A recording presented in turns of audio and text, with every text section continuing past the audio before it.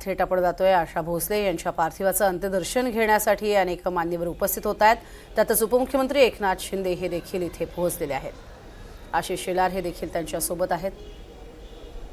त्याचबरोबरीने मंत्रिमंडळातील आणि खास करून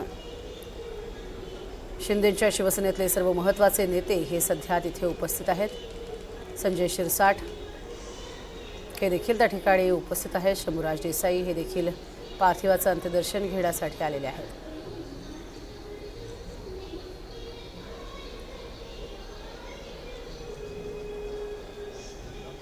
विठगोळीची गाणी आणि अर्थातच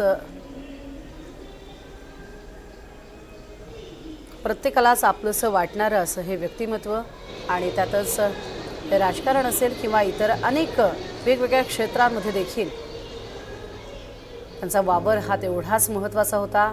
सर्वच राजकीय नेत्यांशी आणि खेळाडूंशी हे त्यांचे चांगले संबंध होते, सौहार्दाचे संबंध होते आणि त्यामुळेच आपण बघतोय त्यांच्या पार्थिवाचं अंत्यदर्शन घेतल्यानंतर भोसले कुटुंबियांची उपमुख्यमंत्री भेट घेत आहेत। सांत्वनपर अशी ते भेट घेत आहेत।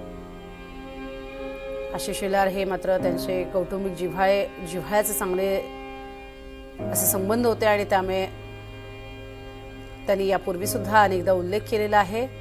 त्यांची वारंवार भेट ही होत असे आणि त्यामुळेच त्यांच्या जाण्यानं अतीव दुःख होत असल्याचं आणि ते शब्दात मांडू शकत नाही आणि खऱ्या अर्थानं मी माझी श्रीमंती गमावली अशा स्वरूपात भावना या आशिष शेलार यांनी व्यक्त केल्या होत्या।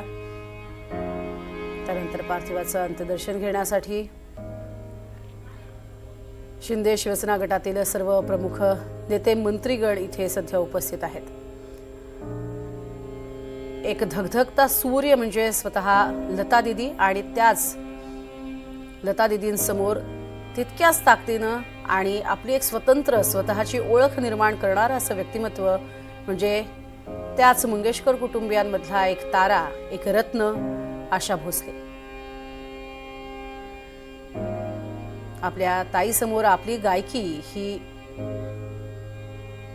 फिक्की वाटणार नाही याची पूर्ण खबरदारी घेत स्वतः आशा भोसले यांनी आपली एक स्वतंत्र ओळख ही निर्माण केली, ती ठसवली, रुजवली आणि जनसामान्यांच्या पर्यंत त्यांनी अगदी सहजी पोहोचवली। एक वेगळं अलौकिक असं कर्तृत्व असणारी अशी ही व्यक्ती आणि असं हे व्यक्तिमत्व आशा भोसले यांचं।